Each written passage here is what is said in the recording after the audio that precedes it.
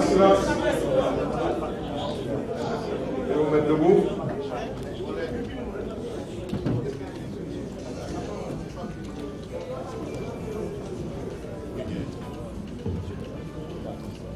Le quorum étant constaté, tant au Sénat qu'à la Chambre des députés, et en vertu des pouvoirs qui me sont conférés, je déclare ouverte la séance en Assemblée nationale.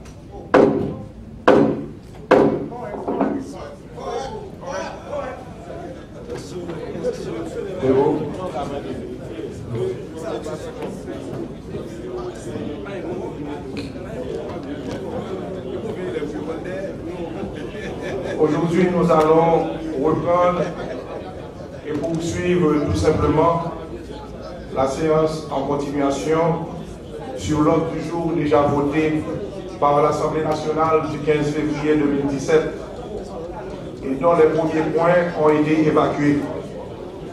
Nous allons nous borner à vous rappeler que les 5 instruments internationaux soumis à votre analyse, la COP 21 a été ratifiée et le décret de ratification a été acheminé au pouvoir exécutif pour les suites nécessaires. Aujourd'hui donc, il nous reste simplement 4 conventions à analyser. Les documents ont été distribués et même redistribués aux soins du bureau de la secrétaire exécutive de l'Assemblée nationale. Je vous invite donc, chers collègues, à mener les discussions avec la sagacité et la profondeur habituelles, mais aussi dans l'objectif d'épuiser l'ordre du jour afin de fermer cette séance en continuation depuis plus d'1 mois. D'autres conventions, accords et traités dorment dans les tiroirs de l'exécutif et du Parlement.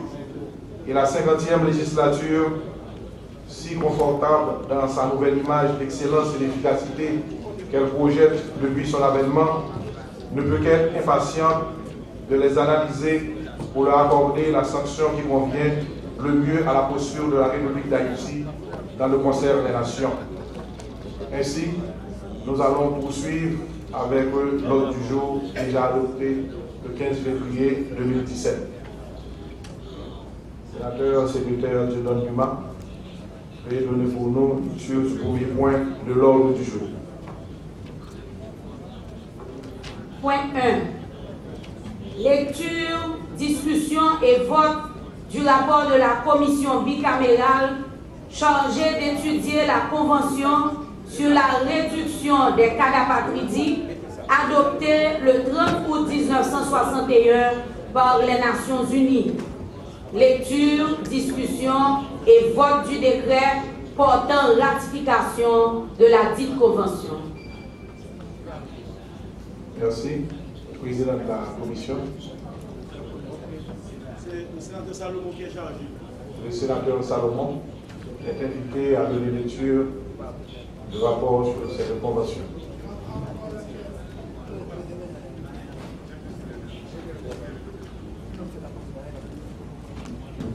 La commission.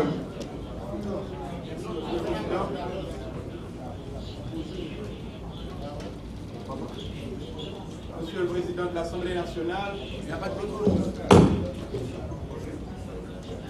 Monsieur le Président de l'Assemblée nationale, chers collègues,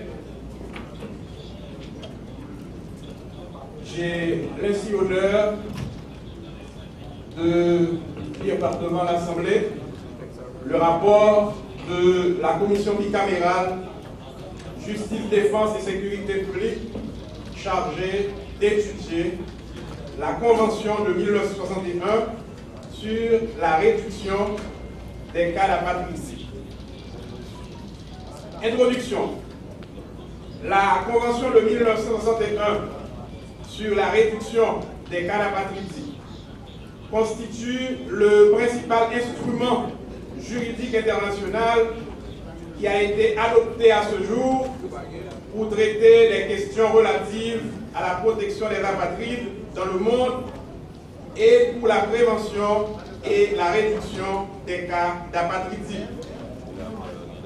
La Convention a été négociée en vue d'apporter une solution au problème d'obtention de la nationalité pour ces personnes qui, autrement, seraient apatrides et qui ont des liens admissibles avec l'État où elles se trouvent par naissance ou par filiation. Les questions concernant le maintien de la nationalité une fois acquise et le transfert de territoire sont également abordées. La Convention ne se prononce pas seulement sur les problèmes de nationalité qui se présentent à l'intérieur d'un État, mais offre aussi des solutions aux différences sur la nationalité qui pourraient surgir entre États. À cette fin, les dispositions de la Convention ont servi de cadre efficace pour résoudre des conflits de nationalité.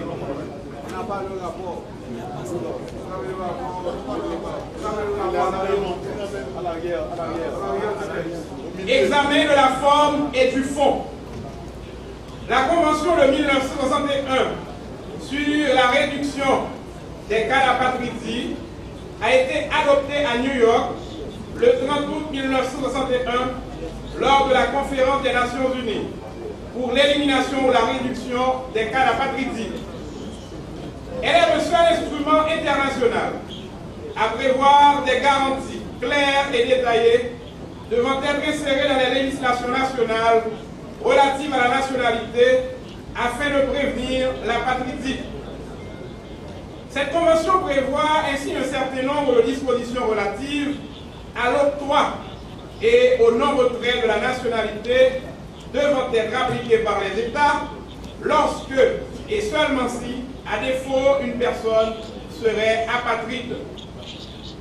La Convention demande, par exemple, aux États de prévoir dans leur législation l'octroi de la nationalité à toute personne née sur leur territoire et qui autrement serait apatride.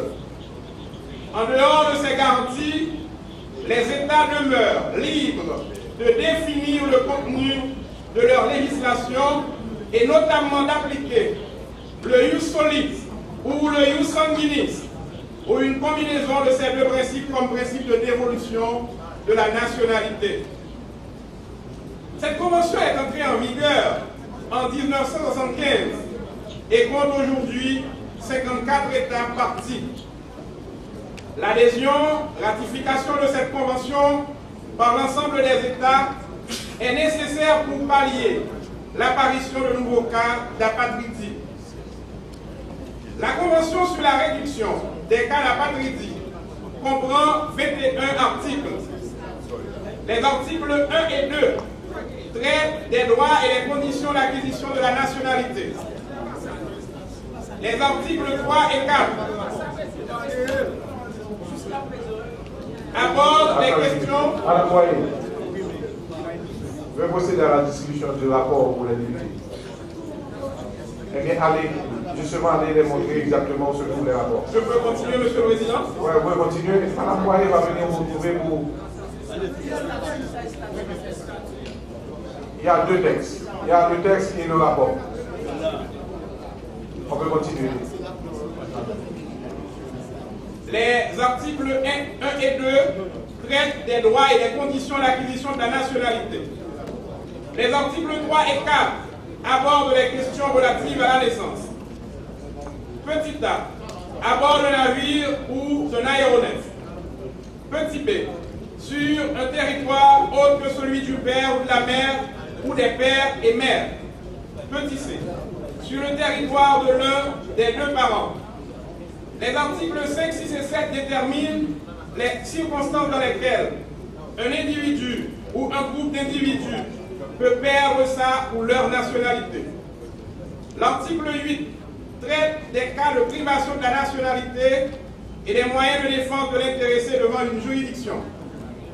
L'article 9 prévoit les cas dans lesquels l'État est interdit de priver un individu ou un groupe d'individus de nationalité. D'après l'article 10, les États contractants sont les premiers garants de la mise en œuvre de la Convention et sont tenus d'informer d'autres États, non pas avec lesquels ils vont conclure des traités. Les articles 11, 12 et 13 reflètent les engagements de l'État et surtout en ce qui concerne l'application de l'article 1 et paragraphe 4 et article 2 de cette convention. L'article 14 traite des voies de règlement des différends. L'article 15 traite aussi de l'étendue du champ d'application, de la procédure d'exécution et du délai imparti pour réaliser les consultations nécessaires. Les articles 16 et 17 abordent les questions relatives à la signature, à la ratification ou et aux réserves à la dite convention. Les articles 18 et 19 précisent la période de l'entrée en vigueur et la procédure de l'énonciation de la convention. Les articles 20 et 21 établissent les attributions du secrétaire général de l'Organisation des Nations Unies en ce qui concerne la notification des États membres et l'enregistrement de la Convention portant sur l'élimination ou la réduction des cas d'apatridie dans l'avenir. Dispositions clés. Les articles 1-4, disons jusqu'à 4 de la Convention, exposent les principes de la nationalité à la naissance pour éviter les futurs cas d'apatridie. Les articles 5 et 7 de la Convention réglementent la perte ou la répudiation de la nationalité et stipulent que la perte, répudiation doivent être subordonnées à la possession ou à l'acquisition d'une autre nationalité. Les articles 5 et 6 soutiennent le principe de l'unité familiale pour éviter l'apatridie. Et l'article 6 en particulier contient une disposition de non-discrimination envers les membres d'une famille en ce qui concerne la perte de la nationalité. La privation de la nationalité est traitée dans les articles 8 et 9. Le principe de base est qu'une personne ne devrait être privée de sa nationalité si cette privation le rend apatride. L'article 9 stipule que les États contractants ne priveront de leur nationalité aucun individu ou groupe d'individus pour des raisons d'ordre racial, ethnique, religieux ou politique. La perte ou la privation de la nationalité ne se fera que conformément à la loi, laquelle comportera la possibilité pour l'intéressé de faire valoir tous ses moyens de défense devant une juridiction ou un autre organisme indépendant. La question du transfert du territoire est abordée dans l'article 10, lequel dispose que tout traité doit garantir que nul ne deviendra apatride du fait de la cession. À la fin de traité, l'État accorde sa nationalité aux individus qui, sans cela, deviendraient apatrides du fait de la cession ou de l'acquisition. L'article 11 de la Convention a été conçu en vue de la création, dans le cadre de l'Organisation des Nations Unies, d'un organisme auquel les personnes pourront recourir pour examiner leurs demandes et pour obtenir son assistance dans l'introduction de la demande auprès de l'autorité compétente. L'Assemblée générale de l'ONU a désigné le Haut Commissariat des Nations Unies pour les réfugiés comme l'interlocuteur le mieux placé pour remplir cette fonction. L'acte final énonce en détail les définitions de certains mots utilisés dans la Convention ainsi que les obligations des États contractants. L'acte final de la Convention recommande que les individus qui sont de facto apatrides soient reconnus comme des apatrides de jure afin de leur faciliter l'obtention d'une nationalité. L'intérêt pour la République d'Haïti à ratifier une telle convention. Le Haut Commissariat des Nations Unies pour les réfugiés, HCR, estime aujourd'hui qu'environ 10 millions d'individus, dont à peu près 55% d'enfants, à travers le monde sont apatrides, c'est-à-dire qu'aucun État ne les reconnaît comme leurs ressortissants par application de leur législation. En effet, de nouveaux cas d'apatridie sont constamment générés par des lacunes dans les lois sur la nationalité qui rendent les enfants apatrides dès leur naissance. Le plus souvent, leurs parents le sont eux aussi. Car des lois relatives à la nationalité ne sont pas bien élaborées ou mises en œuvre, des milliers de personnes risquent d'être jetées dans l'indignité de l'apatride, avec toutes les conséquences sur les plans politiques, social, économique et juridique dans leur vie quotidienne.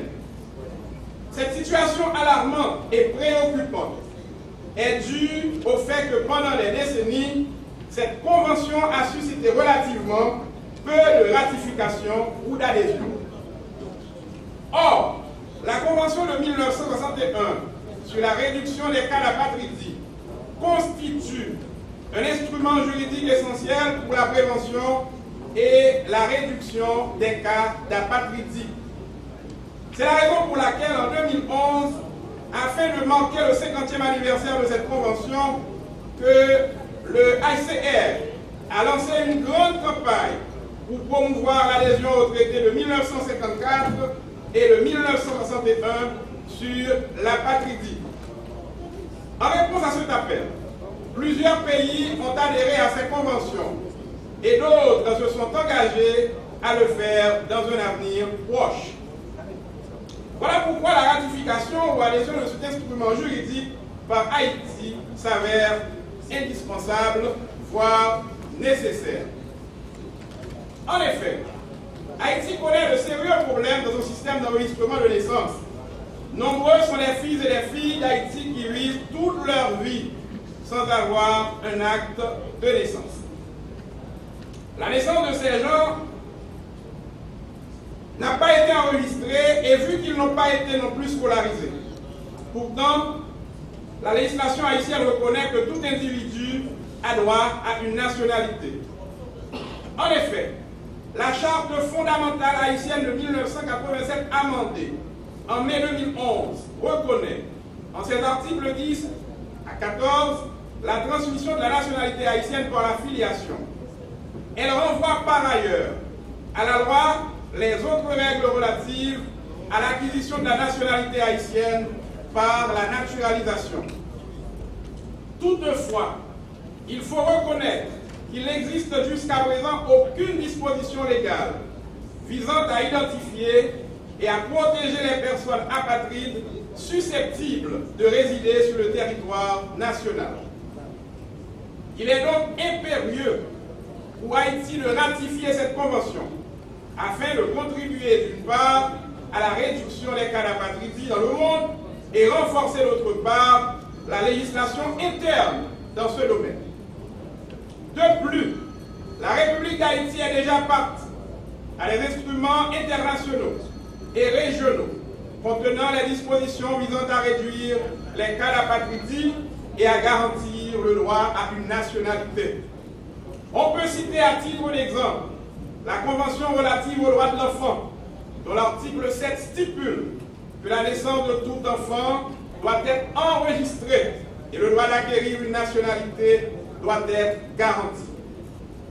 En ratifiant le traité proposé ci-dessous, la représentation populaire émettra un signal clair et puissant de la volonté de notre pays de ne pas accepter que de nouveaux cas d'apatridie apparaissent, et ainsi sa détermination qu'Haïti devienne le fer de lance de l'action des États dans le domaine de la lutte contre l'apatridie. La ratification de cette convention participera à la mise en œuvre des mécanismes capables de garantir les droits des apatrides. Conclusion et recommandation. La commission bicamérale recommande la ratification de la Convention sur la réduction des cas d'apatridie.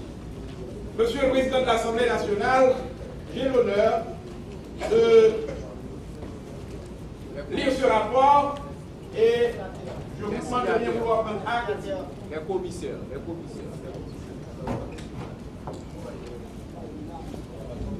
Alors, il y a la signature de plusieurs commissaires, mais malheureusement, le document que j'ai, et il n'y a pas vraiment tout cela.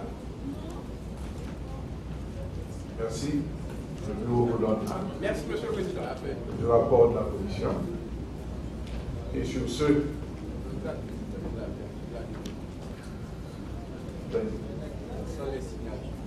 oui, on a les signataires Ce sont les sénateurs Jovenel Senatus, Jean-Marie Junior Salomon, moi-même votre serviteur, Ronald Larèche, député Jean-Marie Foristal. Ce sont les signataires. Le rapport tel que lu par le sénateur commissaire Jean-Marie Salomon est mis en discussion.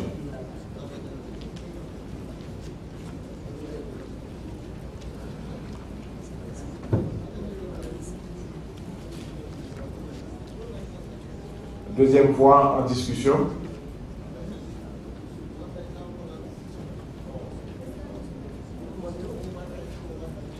Le député de l'Esther.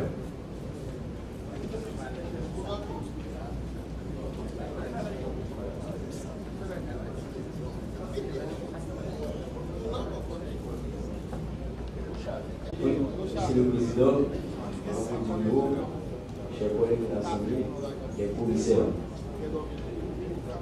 Et pendant que la Côte a pris et la voix, avec donc l'attention, il y a une question qui me fait moins par rapport avec les pertinences que mon texte là, a gagné et dans le monde, notamment en Haïti. Et moi confirmer ça dans page 3, qui a appelé 3, 4, 5, c'est un paragraphe là, côté que ils font déduction, en conclusion, il a dit, mais qui intérêt que Haïtien pour ratifier une telle convention. Maintenant, question, je me pose des points, puisque ratifier une telle convention, qui fait partie de loi interne, et que nous qui l'avons trouvé dans cette situation, nous sommes capables de revendiquer une telle convention, est-ce qu'il y a suffisamment de données qui viennent de monde qui sont cassable dans le pays bas? Parce que nous avons toute nécessité pour que Haïti, comme État, ratifie une telle convention pour permettre les gens qui vivent dans le pays d'Haïti, étrangers, qui trouvent dans cette situation et qui ont bénéficié de telle convention. Donc ça, c'est le moyen de reconnaître est-ce qu'il y a des cas comme ça qui identifient dans le pays qui permettent que, par rapport avec ça, motion accordée.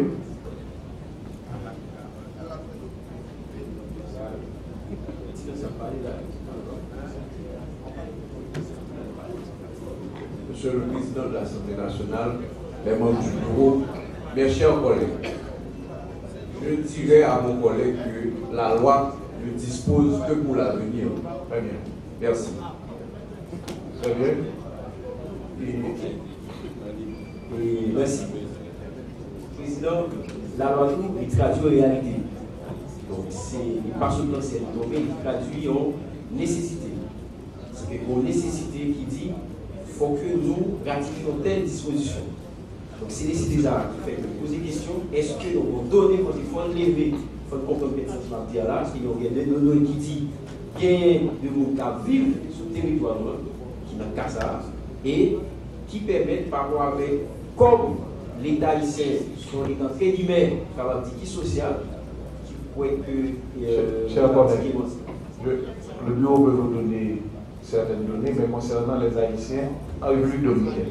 Mais chaque État va plutôt conformément avec la loi intérieure. Très bien. Ça, nous avons. Il n'y a pas ce que nous ratifions qui doit faire que les Dominicains, comme État souverain avec nous, est capable de ratifier, de ratifier.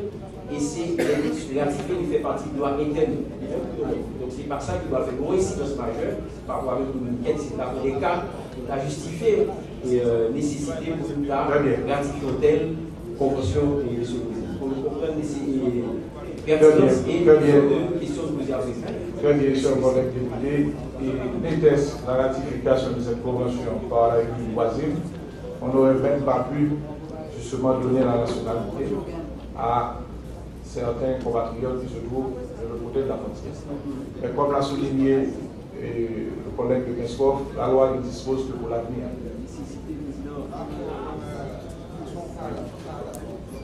Sénateur Augustin.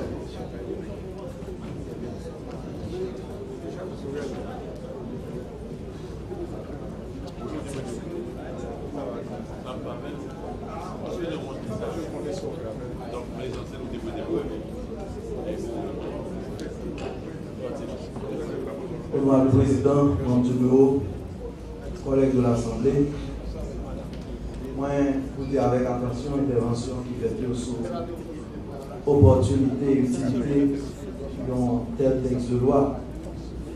Moi, je devais tout simplement à côté de l'explication éclaircie que les collègues députés à Soutbaïs sur le fait que la loi doit disposer pour l'avenir, essayer d'être plus concret pour nous reprendre la nécessité de loi ça d'abord.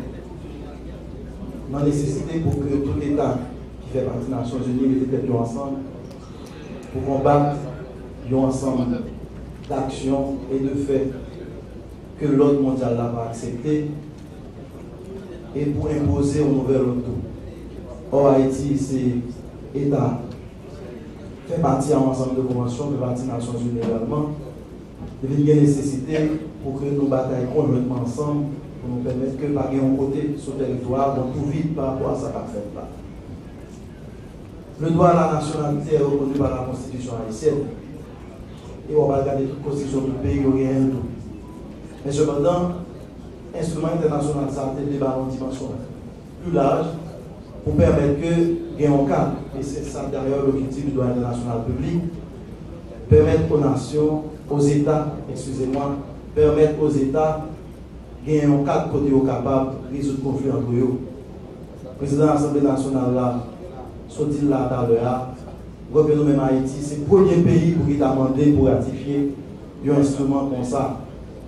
Parce que ça a des légions. Et récemment, nous avons un problème qui est en République dominicaine avec les Haïtiens. C'est une possibilité qui est pour que nous poser problème à être reposé. Parce que ça qui est là dans la passion politique qui est dans les moments où, fait nous pas une chance pour nous poser problème avec toute acuité que nous avons mérité. Le problème qui est avec la question de ces domaines-là, le problème fondamental, c'est que les gens qui ont avoué venir nous, légalement, ils ne sont pas haïtiens. En tout cas, d'accord, je vais faire un peu, ils ne sont pas haïtiens. Donc, le revenu, il est supposé tomber dans le cas d'apatride, véritablement. Parce que légalement, ils ne sont pas haïtiens, en fait, c'est les Dominicains qui ont tout à fait parole. Mais, socialement, historiquement, il y a toujours attaché à nous. Donc, pour moi-même, c'est une possibilité que nous avons l'État haïtien pour trancher le problème qui est capable de avec le pays, nous avons plus sur la souveraineté dominicaine. Parce que je dis clairement que c'est l'article 14 comme ça. Je dis que ceux qui sont compétents pour saisir lorsque nous avons c'est la Cour internationale de justice. Donc, il y a intérêt pour que nous retirions le problème, pour nous ayons un cadre légal qui est capable de permettre que nous résolvions. D'ailleurs, nous avons dit tout parler été fait, mais en plus, nous pas pour que l'État haïtien saisisse la Cour internationale de justice, qui est l'instance compétente dans la matière. Donc, que l'instrument ça a toute l'importance pour le pays de Haïti. Merci. Merci, collègue. Et sur ce, le rapport tel que lu est mis au vote. Ceux qui sont pour, levez la main s'il vous plaît.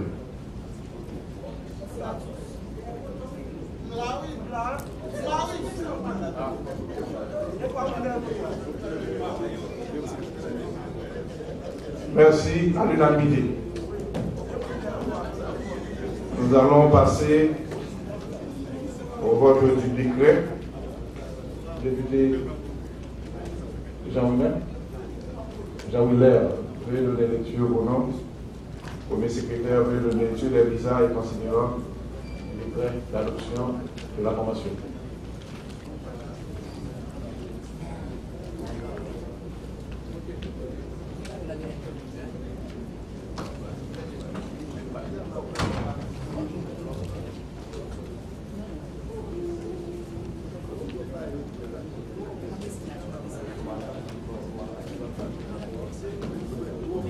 Liberté, égalité, fraternité, Assemblée nationale. Décret portant ratification de la Convention sur la réduction des cas d'apatridie.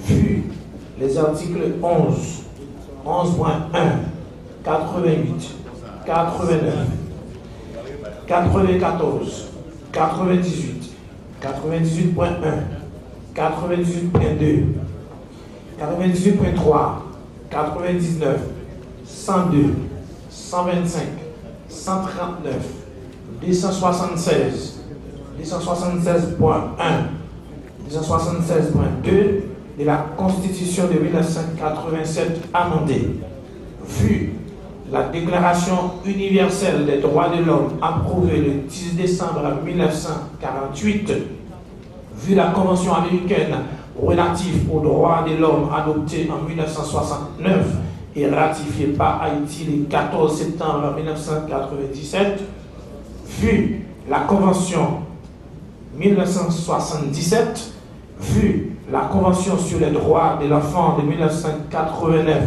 ratifiée par Haïti le 8 juin 1995, vu le pacte international relatif aux droits civils et politiques de 1996, ratifié par Haïti le 6 février 1991, vu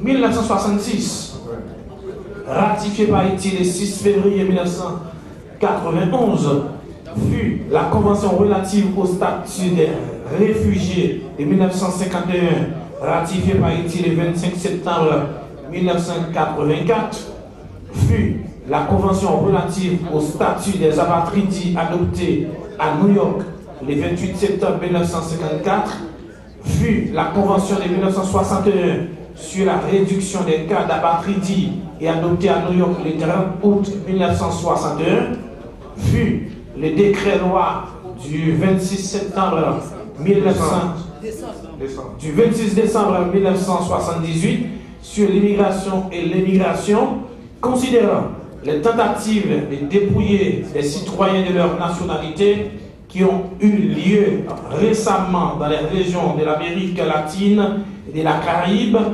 considérant que la République d'Haïti est partie de plusieurs instruments internationaux contenant des dispositions à prévenir la patridie ou à garantir le droit à une nationalité, considérant la nécessité pour le gouvernement haïtien de disposer d'un instrument législatif spécifique en vue d'identifier et de protéger les personnes apatrides susceptibles de résider sur le territoire haïtien, considérant que la Convention sur la réduction des cas d'apatridie contient des dispositions concernant les droits, libertés et obligations des apatrides dans leur pays de résidence, considérant que la ratification des traités, conventions ou accords internationaux implique leur intégration dans la législation haïtienne, sur les rapports de la commission bicamérale préposés à cet effet,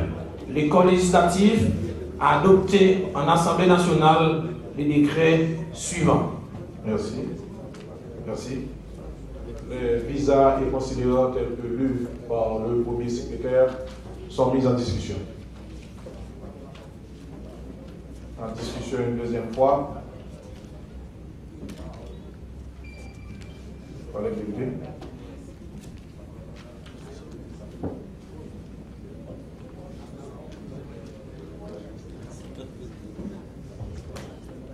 Président, membres du bureau, chers collègues, président, j'ai une préoccupation ici.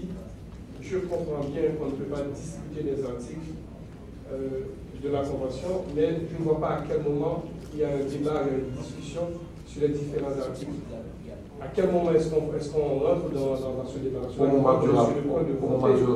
moment du rapport de la commission, s'il y a des réserves ou s'il y a des avis contraires, il faut les soulever. On a parlé de réagir sur le rapport, on n'a pas parlé de réagir sur le document.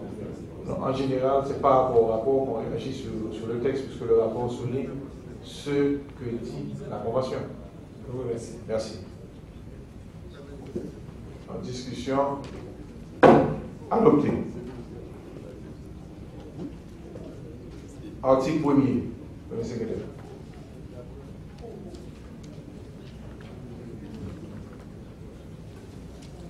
Article 1. Est et demeure ratifié pour produire son plein et entier et faire la Convention sur la réduction des cas d'apatridie. L'article 1er est mis en discussion. En discussion une deuxième fois. Adopté. Article 2. Article 2. Le présent décret auquel est annexé le texte de la dite convention abroge toutes les lois ou dispositions de loi, tout décret loi ou disposition de décret loi, tout décret ou disposition de décret qui lui sont contraires et sera publié et exécuté à la diligence du Premier ministre, du ministre des Affaires étrangères et des cultes, du ministre de la Justice et de la Sécurité publique, du ministre de l'Intérieur et des collectivités territoriales, chacun en ce qui le concerne. Donné au Palais législatif à Port-au-Prince le mercredi 1er février 2017, en l'an 214e de l'indépendance. L'article 2 est mis en discussion. Sénateur, sénatrice.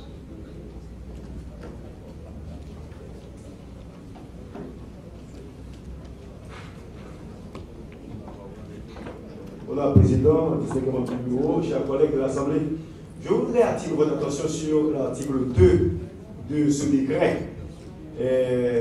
Cet article 2 est dédié aux dispositions d'ordre général.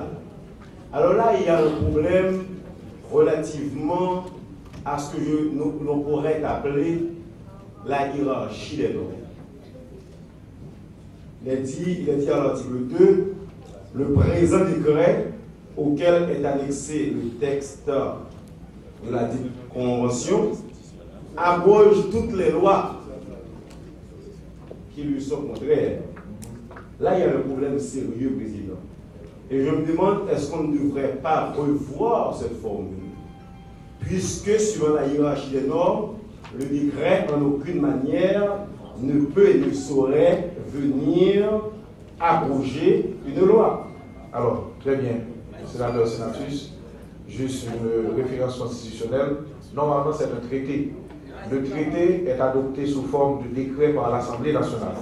Ce n'est pas le même décret dont on parle dans la hiérarchie. Ici, on a la convention qui est adoptée. Est-ce qu'il y a une disposition, une référence? Oui, il y a deux dispositions constitutionnelles. Ils disent que les traités, en général, ont valeur sur les normes nationales. Et également, qui dit que les conventions sont adoptées sous forme de décret par l'Assemblée nationale. J'aurais bien aimé avoir la référence. Je crois qu'il y a une référence constitutionnelle que le sénateur peut donner. En attendant, je cherche pour vous les références. Merci, collègue. Si on a une constitution, je cherche. C'est l'article 76. L'article 76, merci, collègue. Donnez-nous la référence. 276-2. Merci. Mais, Président, je crois que l'explication du Président est assez édifiante, mais cela nous fait voir également la nécessité de changer les termes. Parce qu'en fait, un décret reste un décret dans tous les pays. Donc, par conséquent, la hiérarchie des normes a été établie parce que tout simplement, il y a chacun un nom. Si il y a chacun un nom, il va il faut changer la Constitution. Il faut nous changer parce que cet article dit que les accords et non pas les décrets. Les accords et conventions internationales sont ratifiés dans les formes prévues par la présidence font partie de l'organisation.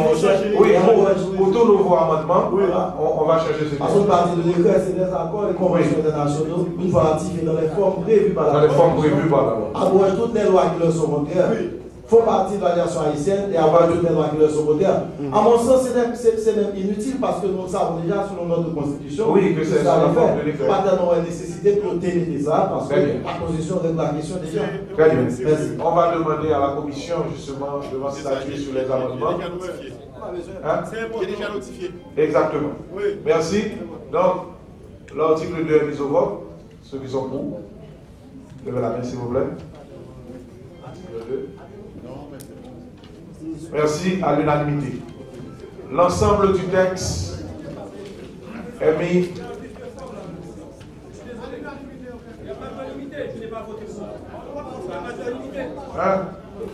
n'y a pas d'unanimité. Il n'y a pas? Il n'y a pas d'unanimité, je n'ai pas voté pour. Donc, vous avez voté? Eh bien, à la majorité absolue. Bon, eh bien, on retient que vous n'avez pas voté pour. Écoute, non, là, on donne pour la parole, on est au vote. Maintenant, on va, c'est l'ensemble du texte. Mais il y a une forme, Monsieur le Président. On doit absolument compter les députés qui sont pour, ceux qui sont contre. Très bien, mettez-vous, on va reprendre le vote. Très bien. Je ne me souciais pas avoir voté.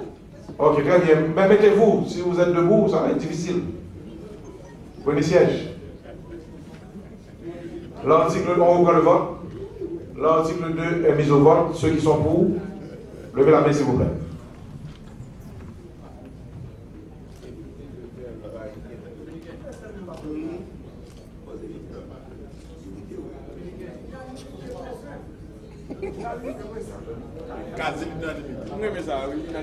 Merci. Merci. Ceux qui sont contre? Merci. Ceux qui s'abstiennent?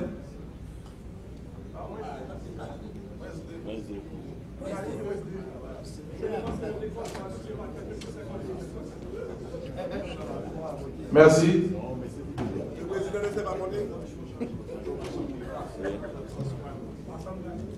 Des comptes? 74 pour, 0 contre, 2 abstentions. Merci. Adopté. Point 2 de l'ordre du jour. Point 2 de l'ordre du jour. Lecture, discussion et vote du rapport de la commission bicamérale chargée d'examiner la convention relative au statut des apatrides. Lecture, discussion et vote du décret portant ratification de la dite convention. Merci. Donc vous avez le texte et le rapport dans ce package de la conférence des Nations Unies sur le statut des apatrides. Donc on va demander au sénateur Sénatus. Oui, alors c'est le sénateur, c'est le député Oba. Député Oba. Merci. Nos confrères de Caille Lavache. Prière de donner les lectures du rapport de la commission. Je crois que le sénateur Augustin a présenté, au lieu du décret de dire la présente convention, donc je crois que, puisque la convention est acceptée comme norme au niveau de la Constitution, donc je crois que la remarque est pertinente. On va l'adopter. Voilà, on va l'adopter. Merci, collègue Augustin, pour cette remarque assez pertinente. Collègue député, vous avez la parole. République d'Haïti, liberté, égalité, fraternité, Assemblée nationale. Rapport de la commission bicamérale de justice, défense et sécurité publique, chargée d'étudier la convention relative au statut des apatrides. La commission bicamérale ad hoc, chargée d'analyser la convention des Nations Unies relative au statut des apatrides, conformément à l'article 98-3 de la Constitution de 1987 amendée, attribuant à l'Assemblée nationale le pouvoir d'approuver ou de rejeter les instruments internationaux, se fait le devoir de produire son rapport. La nationalité constitue un lien juridique entre un État et une personne de l'apatridie, fait référence à la situation d'une personne qu'aucun État ne considère comme l'un de ses citoyens.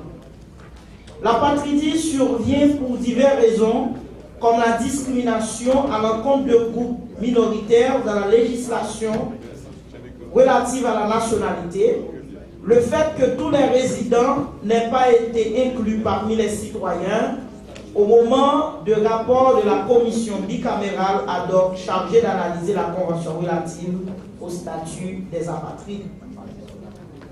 L'indépendance de l'État, succession d'État et de conflits de loi entre États. En outre, tel a été le cas d'un certain nombre indéterminé mais important de Dominicains, plus de 200 000 personnes qui ont été arbitrairement privées de leur nationalité à la suite de l'arrêt de la Cour constitutionnelle dominicaine.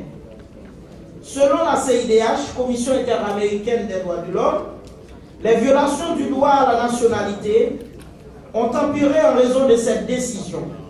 Ces personnes ont été violées de leurs droits à la personnalité juridique et sont immergées dans un état d'extrême vulnérabilité. En effet, l'apatridie constitue un problème massif qui affecte environ 12 millions de personnes dans le monde. Elle a également un impact terrible sur la vie des personnes. La possession de la nationalité est essentielle pour participer pleinement à la vie sociale et c'est une condition préalable à la jouissance de l'ensemble des droits humains. Si tout individu est généralement censé jouir des droits humains fondamentaux, certains droits comme le droit de vote peuvent être limités aux seuls ressortissants de pays. L'aspect le plus préoccupant est qu'en pratique de nombreux autres droits des apatrides sont violés. Ils sont souvent incapables d'obtenir des documents d'identité. Ils peuvent être détenus parce qu'ils sont apatrides et ils pourraient se voir privés d'accès aux services d'éducation et de santé ou empêchés d'obtenir un emploi. Compte tenu de la gravité du problème, les Nations Unies ont adopté en 1954 la Convention relative au statut des apatrides. Cependant, le problème peut être évité grâce à une législation et à des procédures adéquates en matière de nationalité, ainsi qu'un enregistrement universel des naissances. Le HCR, Haut Commissariat des Nations Unies pour les réfugiés, s'est vu confier le mandat de coopérer avec les gouvernements pour prévenir la survenance de l'apatridie, résoudre le cas qui surviennent et protéger les droits des apatrides. La première étape consiste pour les États à ratifier et à mettre en œuvre la Convention de 1961 sur la réduction des cas d'apatridie. Quant à la République d'Haïti, il n'existe aucun mécanisme spécifique visant à identifier et protéger les personnes apatrides susceptibles de résider sur les territoires haïtiens et qui disait, Haïti ne fait pas partie prenante aux deux conventions spécifiques relatives, à savoir la Convention de 1954 sur le statut des apatrides et celle de 1961 sur la réduction des cas d'apatridie.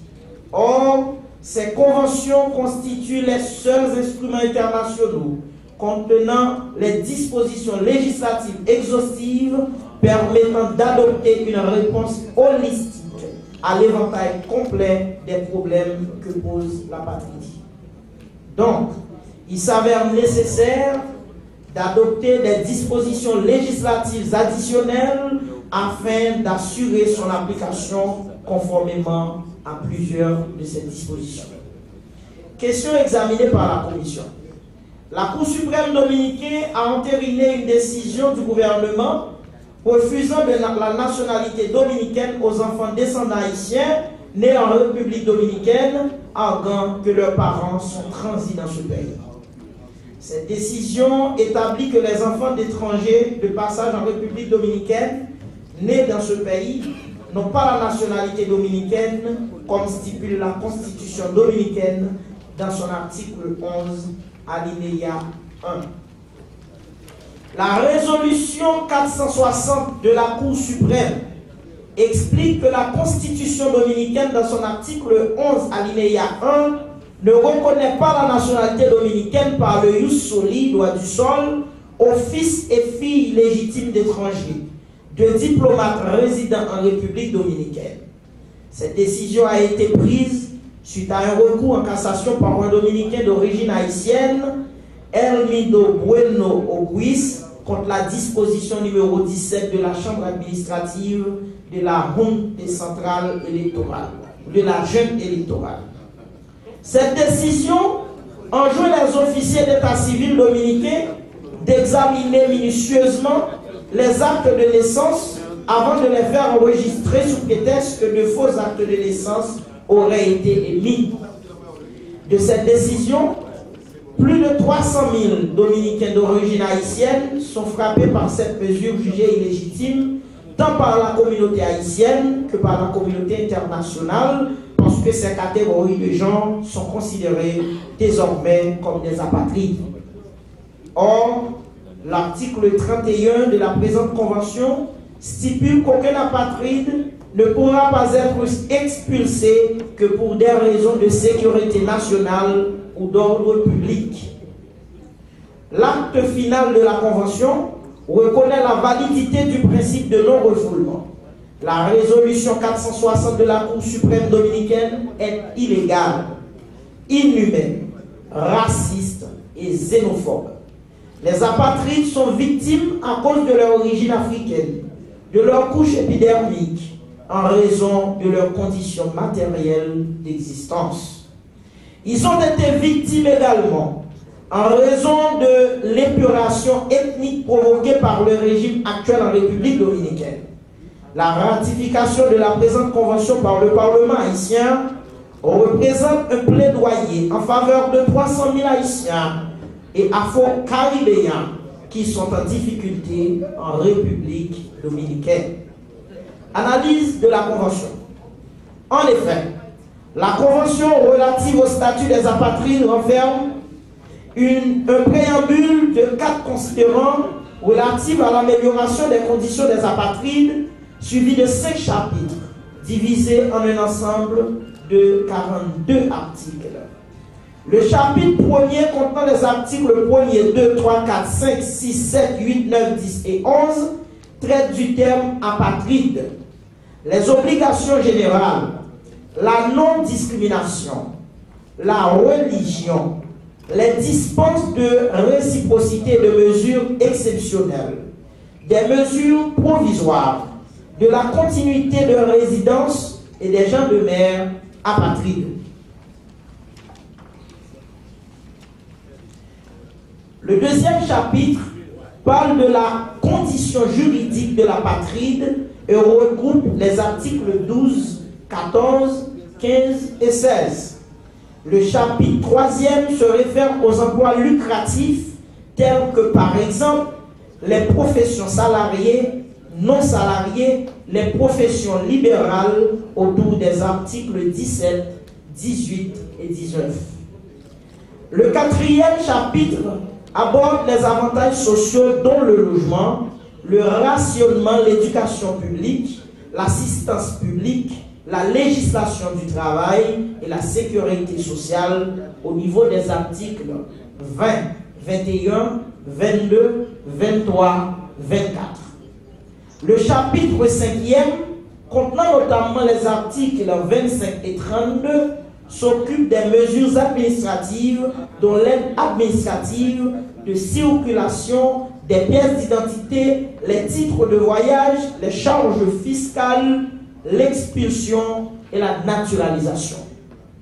Le 6e chapitre se focalise sur les clauses finales, particulièrement la signature, ratification, l'adhésion, l'entrée en vigueur, dénonciation et notification par le secrétaire général des Nations Unies. Les articles concernés sont 33, 34, 35, 36, 37, 38, 39, 40, 41 et 43 d'une part.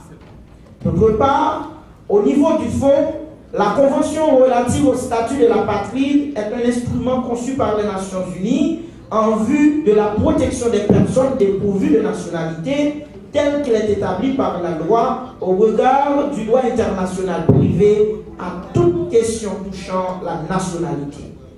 Cette convention prévoit un statut quasi légal pour l'apatride, tel la délivrance des pièces d'identité, les titres de voyage, la non-expulsion forcée, sauf dans le cadre prévu par la loi, la question de la naturalisation, etc.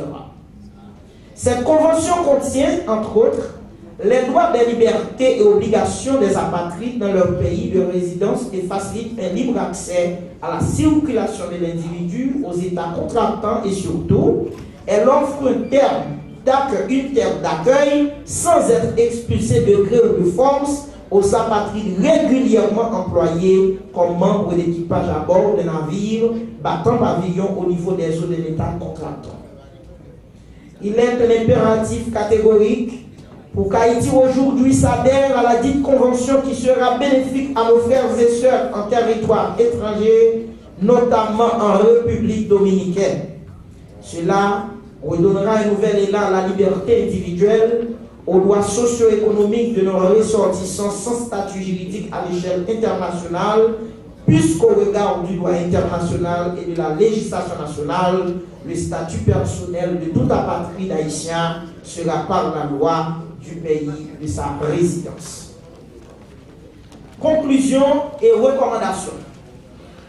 Vu que la Convention des Nations Unies relative au statut de l'apatride ne présente aucun accord à la Constitution haïtienne de 1987 amendée ni aux lois de la République en vigueur, particulièrement l'article 267 de la Constitution, sachant que le principe juridique selon lequel la Convention adoptée par les Nations Unies jouit de la superlégalité de l'infraconstitutionnalité par rapport à notre législation, se basant sur le principe d'adhésion d'Haïti par le dépôt d'un instrument d'adhésion auprès du secrétaire général des Nations Unies, comprenant qu'il incombe à l'Assemblée nationale de ratifier un tel instrument, la Commission recommandant à l'Assemblée nationale d'accorder un vote favorable au présent rapport. Suivent les signatures pour le Sénat. Sénateur Jean-Lionel Senatus, président. Sénateur Onon-Dieu-Lui, vice-président. Sénateur Jean-Marie Junior Salomon, rapporteur. Sénateur Yuri Latortue, membre. Sénateur Ronald Larèche, membre. Pour la Chambre des députés, député Clovis Roba, président. Député Daniel Létan, vice-président. Député Jean-Marie Florestal, secrétaire rapporteur. Fait au palais législatif à Port-au-Prince le mercredi 1er février 2017. Merci. Merci. Veuillez faire le dépôt. Collègue ou pas? Veuillez faire le dépôt. Monsieur le Président veut prendre le dépôt du rapport de la Commission bicamérale justice, défense et sécurité publique chargée d'étudier la Convention relative au statut des apatrides. Merci. Le bureau vous donne acte. Collègue Ouba. Et je crois que votre signature sera ajoutée bientôt. Voilà. Le rapport tel que lu par votre collègue député est mis en discussion. Député Taoudieu.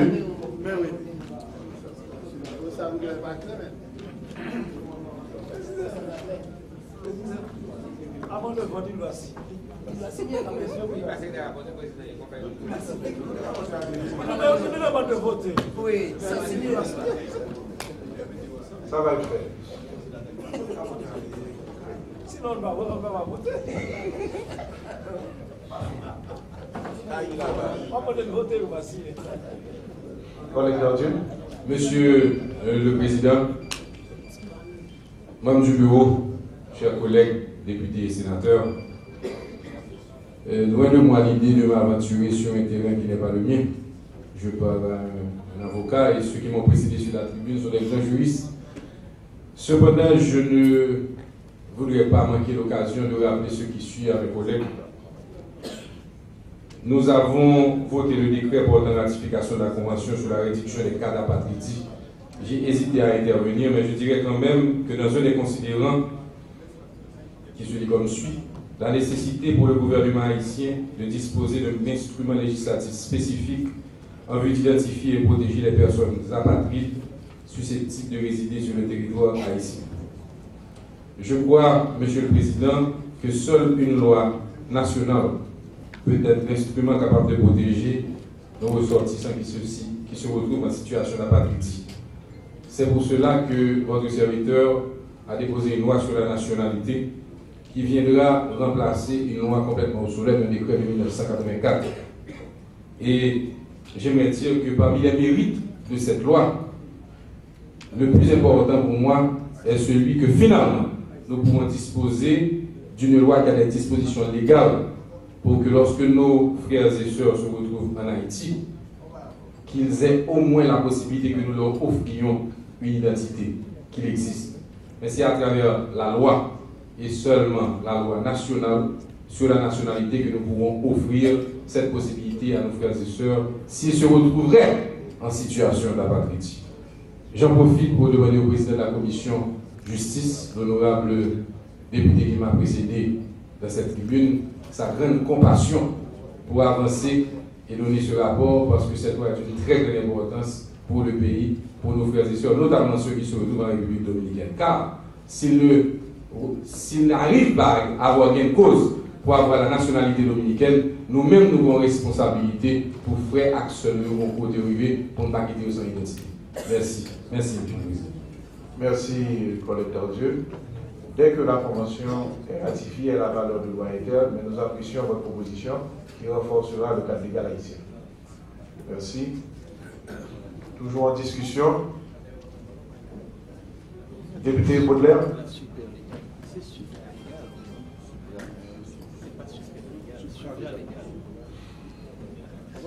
Il y a une remarque. On a dit super légalité, c'est supra. Supra. C'est pas super. Non, c'est supra. Supra. Il faut corriger ça, oui. Monsieur le Président, Madame, Monsieur le membre du bureau, collègues de l'Assemblée, mon intervention, c'est pour demander quelques éclaircissements au rapporteur de la Commission. À la première page, paragraphe 2. Vous êtes avec ma voix de combat? Deuxième paragraphe. La nationalité constitue un lien juridique entre un État et une personne de la patrie. Fait référence à la situation d'une personne. Je vous rappelle. Et en plus, paragraphe 3, l'indépendance d'un État, entre parenthèses, succession d'État et de conflits de loi entre États, point.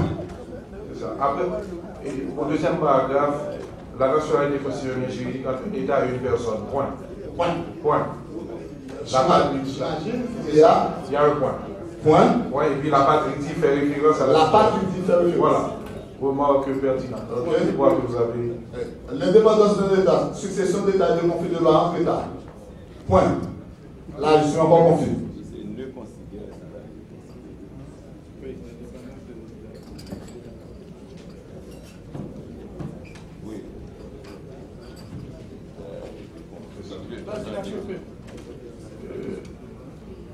Alors, si la commission voudrait corriger pour nous. Merci, Monsieur le Président. Très bien. Je crois que la commission va apporter les rectifications nécessaires. Député, collègue de Kinskov. On va prendre.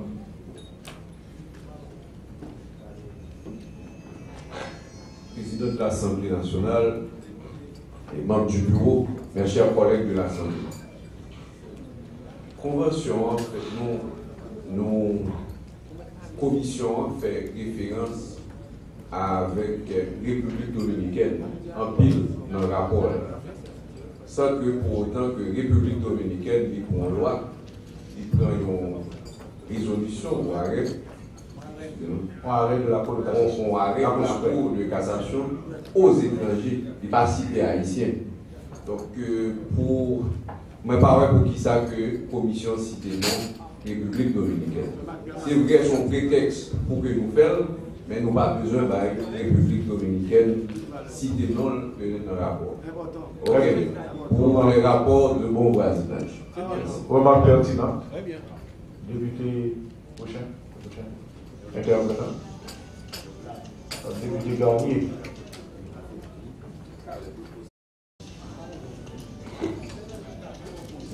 Président de l'Assemblée nationale, les membres du bureau, les collègues de l'Assemblée. Et à la page 3 du rapport Napoli, côté que je mentionné dans le troisième paragraphe, à partir de la résolution 460 de la Cour suprême dominicaine est illégale, inhumaine, raciste et xénophobe. Côté que nous faisons remarquer, c'est côté que nous dit les apatrides sont victimes à cause de leur origine africaine de leur couche épidermique en raison de leurs conditions matérielles d'existence. À mon avis, bout de phrase ça, leur il semblait un discours raciste. Donc, je pense que l'État de bon ton que nous retirons, parce que lorsque nous parlons de nos victimes à cause de leur origine africaine, donc je pense que ça va pas être un problème de sembler avec raciste. Merci.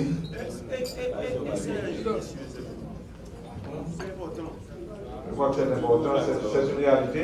Et avancez, sénateur Augustin, député Benjamin, et vous rendez la parole. Sénateur Augustin. Oui, après la parole. Ce sont des suggestions. Député Benjamin. Monsieur le Président, Madame, Messieurs les membres du bureau, chers collègues de l'Assemblée, nous croyons que la convention soit patriotique, pas seulement pour la République d'Haïti avec la République dominicaine, nous avons pris exemple Israël et Palestine, mais nous croyons qu'il est important dans le paragraphe 3, côté commission a parlé de 200 000 ressortissants haïtiens que la République dominicaine et retirer nationalité, il est capable de mettre d'accord parce que n'a produit pour l'avenir. Il faut qu'au moins Timonio les libres pour capable de ça lui-même est passé. Après ça, dans l'autre exemple, on va besoin d'accentuer sur les Républiques dominicaines. Merci. Merci. Correct. Pertinent. Donc je crois que on va ajouter la date comme simulé par la collègue députée. Maintenant, sénateur Augustin. Pas nécessairement la date. Alors la période. Il y avait une date précise. Président de l'Assemblée nationale, membre du bureau, chers collègues, moi, je fais une intervention ça pour dire que moi, je ne suis pas d'accord que dans le justificatif ou dans le rapport, que nous ne sommes pas capables de citer le nom de République dominicaine. Nous devons comprendre que si c'est un texte de loi, on ne peut pas capable de mettre. Mais expliquer motivation en loi, c'est le premier devoir chaque monde pour expliquer qui ça motive la loi pour un fondement, pour une valeur. Et les lois dérivent de la nature des choses. Les lois ne sont pas des constructions abstraites, elles tendent pour régir des situations concrètes. Et pour capable faire mon comprendre, c'est pour expliquer la situation, pas aucun problème sur le plan légistique, mais comment ça existe, pour pas capable dire ça. Moi, je vais faire une précision pour me dire que question dominicaine, dans la loi, c'est pour ça même bon. C'est pour nous comprendre que le gouvernement dominicain, nous pas besoin de dire, nous sommes le Parlement. Et ça n'a dit à nous pas quelle convention qui protège le conflit, nous pas qu'à peur dire. D'ailleurs, il faut acte. Il faut faire un acte qui est en violation de tout instrument international qui a à voir avec la question ça. Mais il faut faire avec beaucoup de droiture de manière institutionnelle. Ils ne l'ont pas fait de manière sociale comme si on citoyen fait dans la rue. Ils ont fait socialement, nous à côté abrager le monde. Mais ils ont fait avec finesse quand il s'agit de l'État. Qui ça a fait? Ils connaissent que les conventions qui existent, qu'ils ne sont pas faire. Donc le Parlement dominicain va prendre loi ça pour le faire comme ça. Ils font un système judiciaire auquel cas, au regard du principe de la séparation des pouvoirs, on ne peut pas dire petit président, l'État c'est lui-même, puisque là-bas tout il faut respecter la séparation des pouvoirs. Nous-mêmes, tous ces droits, par nous tous, pour nous prendre des dispositions de manière institutionnelle, pour nous comment pour nous résoudre. Par contre, si nous comprenons ça, nous disons non. Ils veulent faire légal, mais si on fait légal, il y a une convention qui condamne, le président n'est pas capable de faire, et bien le Parlement n'est pas capable de faire parce que l'État est illégal, il fait un système judiciaire à faire à partir du précédent. Nous-mêmes, tous ces devoirs par nous tous, pour nous avec le système institutionnellement tout, pour permettre que l'erreur qu'on avait commise, c'est que la gravité de la question ne nécessitait pas effectivement d'aller à l'amiable. On devait saisir directement, mais pour saisir encore, il faut que vous soyez partis à cette convention. Donc pour eux-mêmes, nous avons besoin de petit, c'est pour nous bailler l'État haïtien moyen, parce que les citoyens que Haïtien a défendu, ce n'est pas citoyens haïtiens, oui.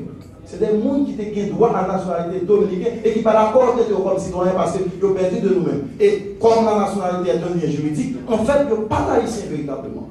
Donc je pense que ça va faire là, c'est pas pour haïtien, on a fait pour cas d'apatridie, que n'importe qui monte, parce que justement, situation que des citoyens que nous réclamons comme citoyens haïtiens, il y a une répercussion sur l'État haïtien.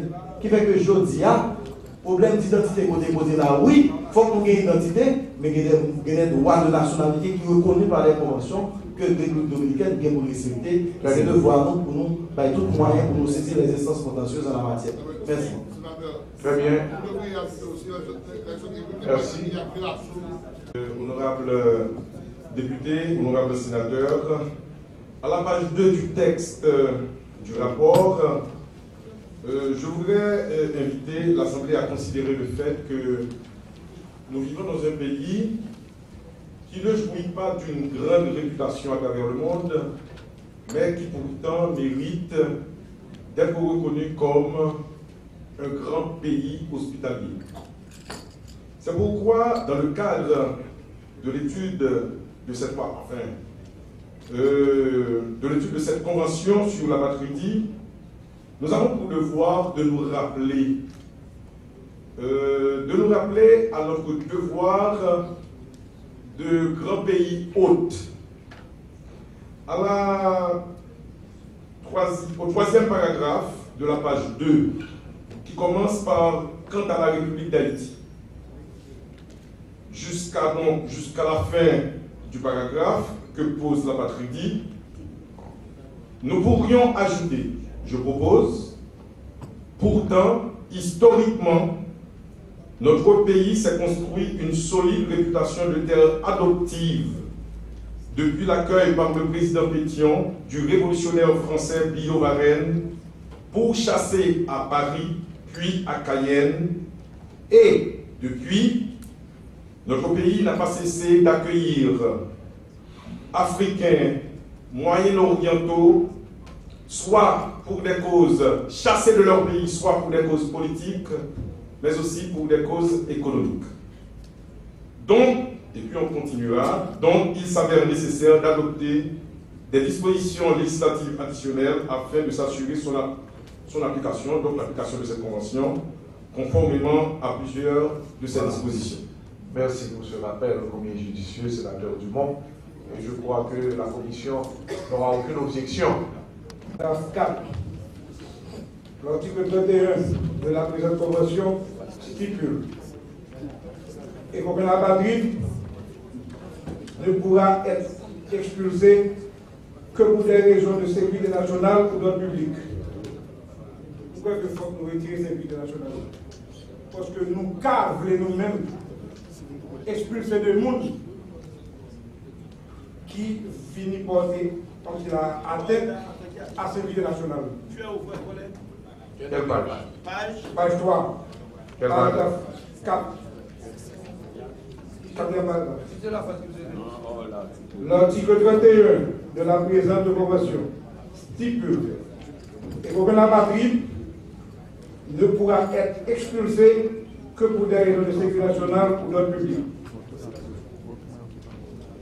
Je crois que la sécurité nationale est important. Tout pays qui doit avoir avec sécurité pareille. Donc, je crois que c'est un bagage qui est discrétionnaire à chaque État pour que la motion soit n'importe quel avis. Je pense qu'il a mal compris. Mais c'est ça, ils sont c'est répéter ce qui est écrit là. C'est exactement ce que vous avez dit. Voilà. Merci. Voilà. Vous intervenez au vote de l'Assemblée. Voilà.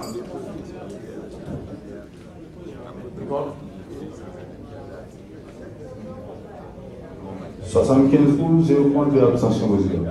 Merci. Adopté. Sénateur secrétaire, veuillez nous donner lecture maintenant des visages considérants du décret.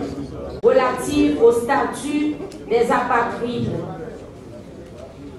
Vu la Constitution de 1987 amendée, notamment en ses articles 136, 139, 276, 276.1 et 276.2, vu la Déclaration universelle des droits de l'homme du 10 décembre 1948, vu la Convention relative au statut des apatrides de 1954, vu la Convention de Vienne sur les relations diplomatiques du 18 avril 1961, vu la Convention de Vienne sur le droit des traités du 23 mai 1969, vu la Convention américaine relative aux droits de l'homme adoptée en 1969 et ratifiée par Haïti le 14 septembre 1977, vu la Convention relative au statut des réfugiés de 1951, ratifiée par Haïti le 25 septembre 1984,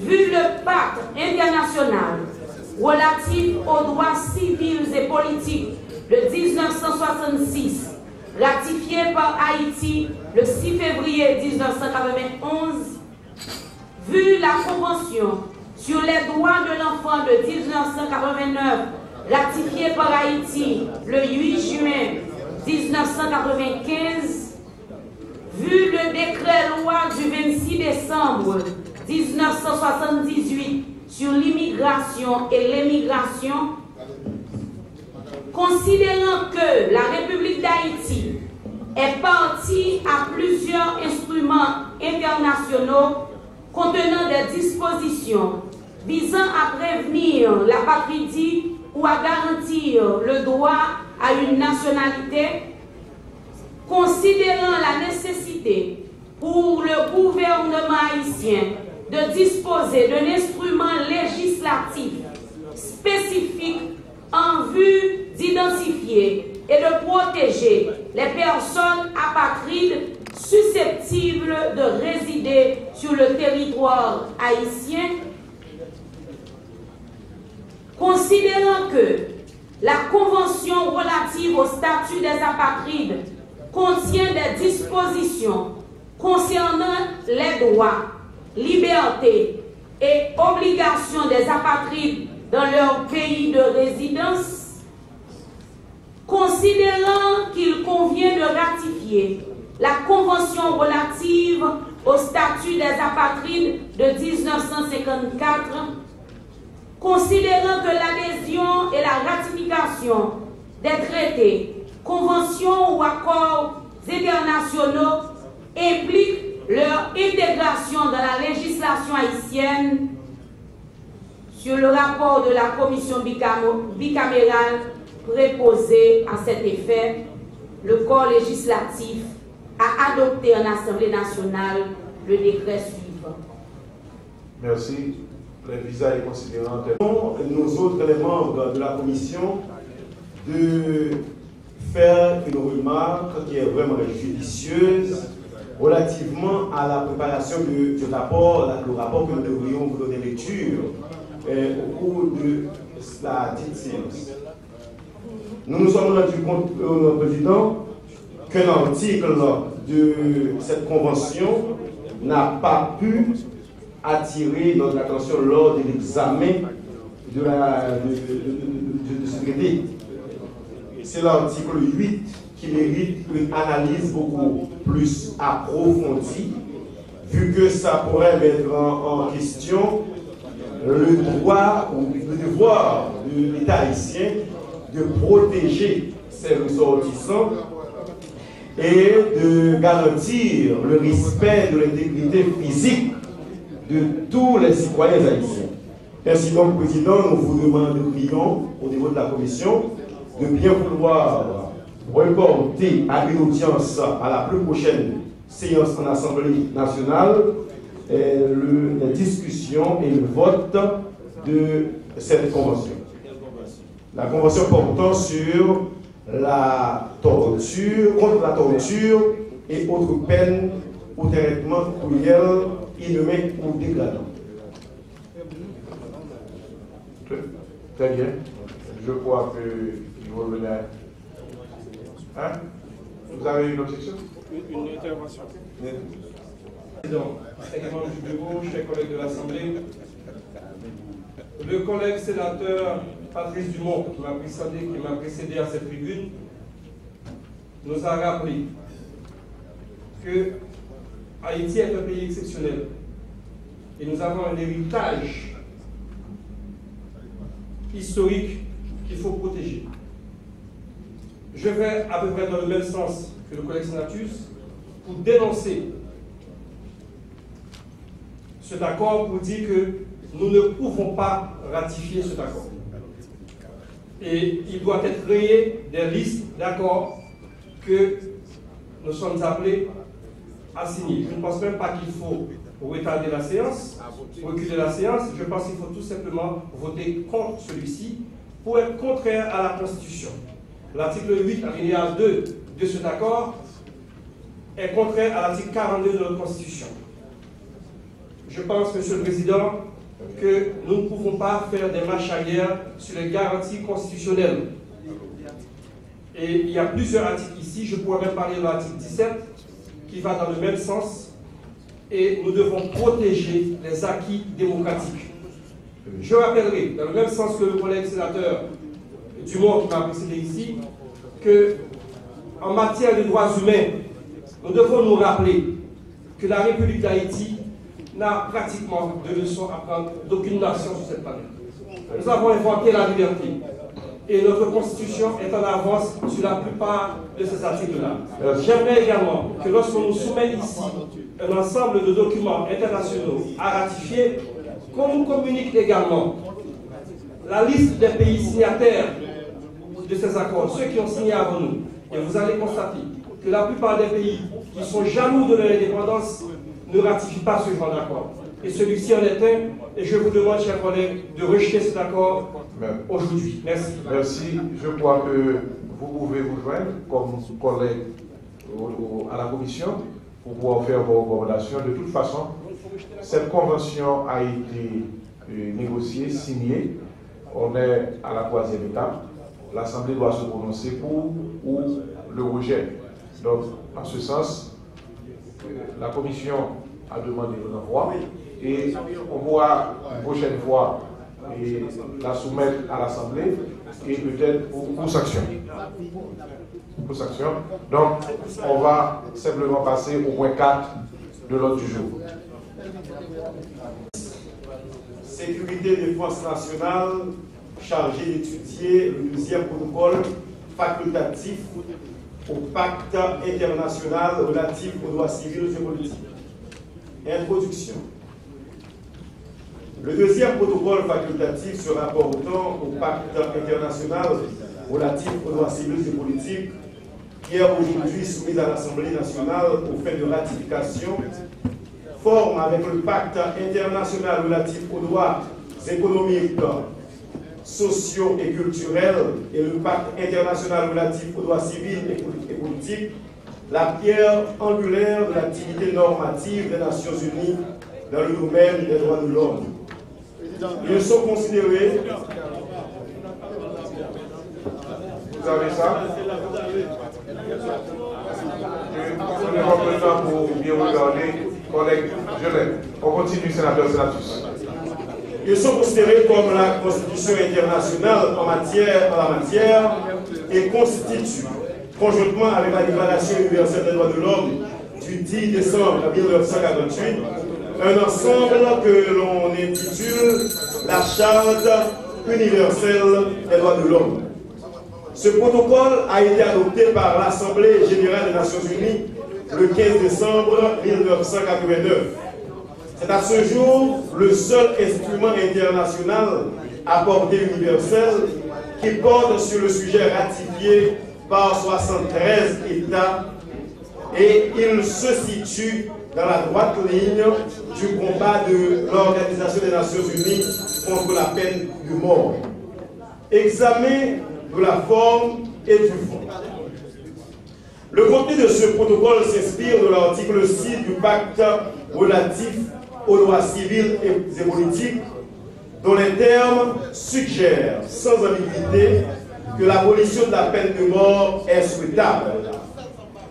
La République d'Haïti a aboli certes la peine de mort avec l'adoption par référendum de la Constitution de 1987 qui dispose en son article 20 « La peine de mort est abolie en toute matière ». Toutefois, la ratification de ce protocole par Haïti est l'expression de son attachement aux valeurs démocratiques et aux principes des droits de l'homme, notamment le droit à la vie.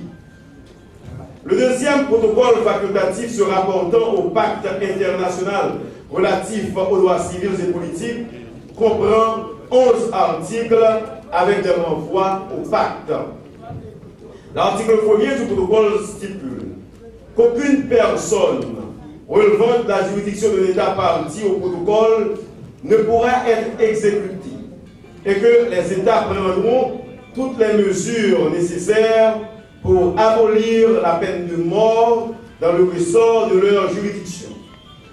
En exprimant leur consentement à être liés par les dispositions du deuxième protocole, les États s'engagent ainsi à adopter une conduite déterminée à l'endroit des individus sous leur juridiction, consistant à ne jamais exécuter ainsi qu'à exclure la peine de mort dans leur droit interne comme sanction applicable aux infractions qu'ils identifient. L'article 2 précise qu'aucune réserve ne sera admise au protocole. À l'exception de la réserve éventuelle concernant l'application de la peine de mort en temps de guerre à la suite de crimes à caractère militaire et d'une gravité extrême. L'article 3 impose aux États partis au protocole l'obligation de faire rapport au Comité des droits de l'homme des mesures qu'ils auront prises pour donner effet au protocole. L'article 4 étant, en ce qui concerne les États partis au pacte qui ont fait la déclaration prévue à l'article 41 de celui-ci, la compétence reconnue au Comité des droits de l'homme pour recevoir et examiner des communications dans lesquelles un État parti prétend qu'un autre État parti ne s'acquitte pas de ses obligations aux dispositions du deuxième protocole, et à moins que l'État parti en cause n'ait fait une déclaration en sens contraire lors de la ratification ou de l'adhésion de ce dernier. L'article 5 étant, en ce qui concerne les États partis au protocole facultatif se rapportant au pacte international relatif aux droits de l'homme pour recevoir et examiner les communications émanant de particuliers relevant de leur juridiction aux dispositions du deuxième protocole, à moins que l'État parti en cause n'ait fait une déclaration en sens contraire lors de la ratification ou de l'adhésion au deuxième protocole.